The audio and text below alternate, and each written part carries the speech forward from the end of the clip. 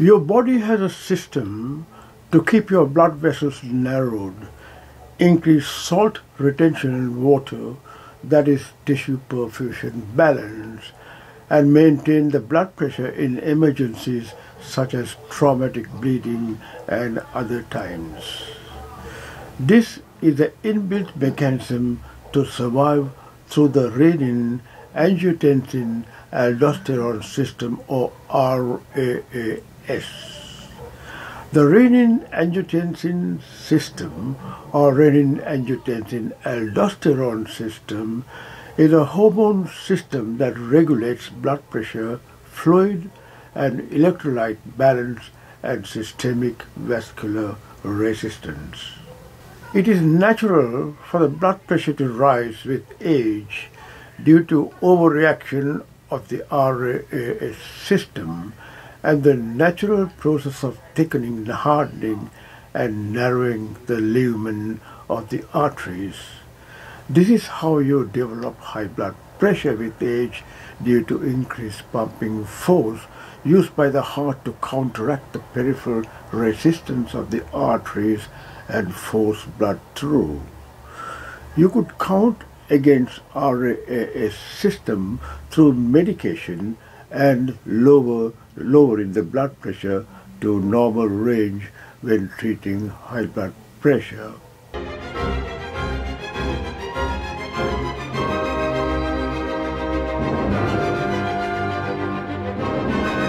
This is an excellent finding by our researchers, saving so many deaths from situations because of increased blood pressure such as heart failure, stroke, clot formation, amputations of limbs, etc. Such drugs that counteract the RAAS are the ACE inhibitors and ARB, and your doctor would have put you on one of them if you have high blood pressure over the age of 60 years. The renin-angiotensin-aldosterone system, or RAAS, activity is increased in patients with heart failure, and we need to ease the pressure on the heart by contracting the RAAS through RAAS inhibitors. Thanks to the researchers, we have drugs called ACE inhibitors, or angiotensin converting enzyme inhibitors, and angiotensin receptor blockers, or ARBs, and other drugs to play a vital role in various homeostatic mechanisms such as blood pressure control and tissue perfusion balance. Today we discuss angiotensin converting enzyme inhibitors, or ACE inhibitor drugs, and angiotensin receptor blockers used to maintain a normal blood pressure range. The video will explain why your doctor has prescribed those medications for your high blood pressure. These drugs are differentially used in elderly patients with hypertension, and your doctor would have prescribed them if you're over 60 years. High blood pressure should not be ignored in older adults because it is associated with cerebrovascular, cardiovascular, renal issues, and mortality. Blood pressure must be reduced according to the needs of the patients based on age, race, the severity of hypertension, and coexisting medical problems. Coexisting medical conditions: asthma, diabetes mellitus, heart failure, renal failure, gout, coronary artery disease, hyperlipidemia, and peripheral vascular disease are significant determinants for selecting antihypertensive medication. For example, your doctor will not prescribe beta blockers for high blood pressure and lower your pulse rate if you have asthma and other respiratory diseases. Angiotensin converting enzymes, or ACE inhibitors, are not only productive antihypertensive agents in the elderly, but also appear promising in counteracting some of the cardiovascular and renal consequences of hypertension. They are well tolerated and have a relatively low incidence of adverse effects. ACE inhibitors possess ancillary characteristics that are potentially beneficial for many elderly patients, including reduced left ventricular mass, lack metabolic and lipid disturbances, no adverse central nervous system effects, no risk of induction of heart failure, and low risk of orthostatic hypotension. Now let's discuss what orthostatic hypotension is. It is also called postural hypotension. It is a form of low blood pressure that happens when you stand up from sitting or lying down position. Orthostatic hypotension can make you feel dizzy or lightheaded and even cause to faint. So that would be the first line of drugs doctors will prescribe for older people with high blood pressure. Since ACE inhibitors may improve perfusion to the heart, kidneys and brain, they are well worth considering for treating elderly patients with hypertensive target organ damage, especially in patients with heart failure and diabetic patients with early nephropathy. Now, what is angiotensin 1? Let's talk about angiotensin first and proceed to drugs that block it later in the discussion to reduce high blood pressure. Angiotensin is a peptide hormone that causes narrowing or vasoconstriction of arteries, causing increased blood pressure.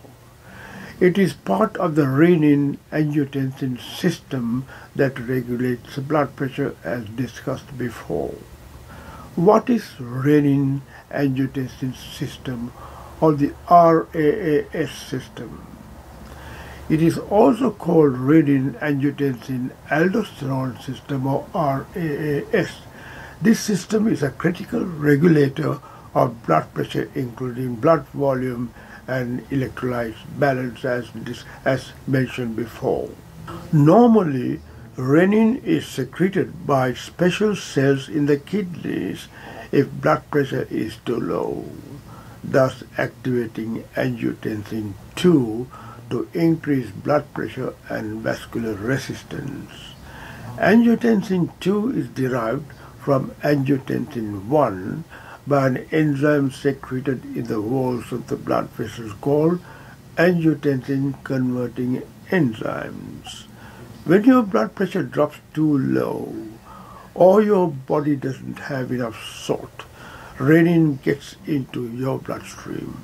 That triggers a chain reaction that creates an angiotensin hormone and signal your adrenal glands to release another hormone called aldosterone.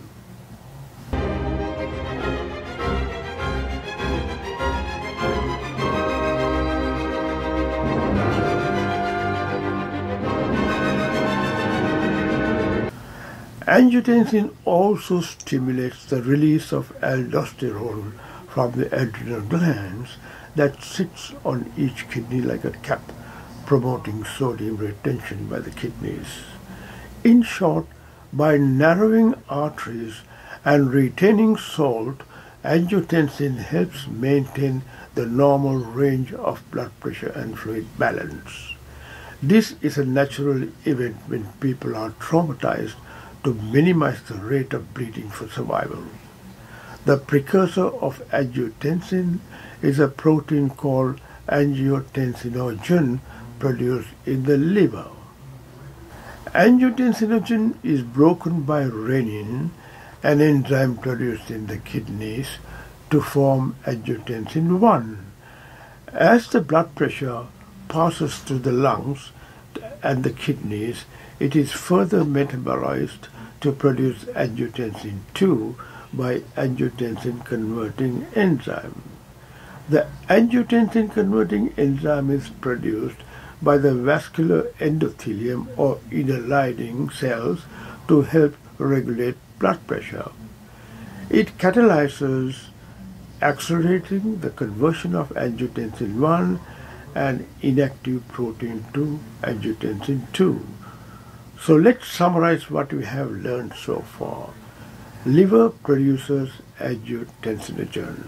This is broken down to angiotensin 1 by the hormone renin secreted in the kidneys. Angiotensin converting hormone secreted in the inner lining of the arteries convert angiotensin 1 into angiotensin 2. Angiotensin 2 raises blood pressure by several actions, including vasoconstriction or narrowing of blood vessels. Now let us talk about angiotensin converting enzyme inhibitors. These are drugs that cause dilatation or relaxation of the blood vessels by inhibiting the production of angiotensin 2. These are drugs used to treat high blood pressure, heart problems, and other conditions. ACE inhibitors affect the major organs, the kidneys, the blood vessels, heart, brain, and adrenal glands. As I said earlier, ACE inhibitors or angiotensin converting enzyme inhibitors work by primarily relaxing the blood vessels. On the other hand, angiotensin formed by breaking down of angiotensinogen produced in the liver cause narrowing or vasoconstriction of blood vessels. So, ACE inhibitors are used in the treatment of high blood pressure. Those ACE inhibitors come in various labels such as Capitan, Monopril, Enacloprelate, Zestril, Lotensil, Acupril, and Lisinopril. Your doctor would have prescribed one of those drugs you take for high blood pressure. ACE inhibitors act by stopping the action of an enzyme called angiotensin converting enzymes described earlier as produced by the inner lining of blood vessels. Angiotensin converting enzyme signals the protein in the body converting angiotensin 1 to angiotensin 2. Angiotensin 2 narrows blood vessels and contributes to salt and water retention in the body, increasing blood pressure as mentioned earlier. ACE inhibitors have side effects you should know if your doctor has prescribed for you for high blood pressure. They are a dry cough, low blood pressure, fatigue, dizziness, headache, loss of taste, and skin rashes. If you get any of these side effects, remember they may be due to your ACE inhibitors. There are more severe side effects too: swelling of the area beneath the skin, increased potassium level in the blood, renal failure if you have narrowing of renal arteries. They may be harmful to the mother and the baby if taken during pregnancy. And lastly, chest pain and pancreas gland swelling. Please see your doctor if you get any of these severe side effects. I hope this video talk was helpful. Wear your mask and keep your social distance in crowds, even though you have had both vaccines. Goodbye for now.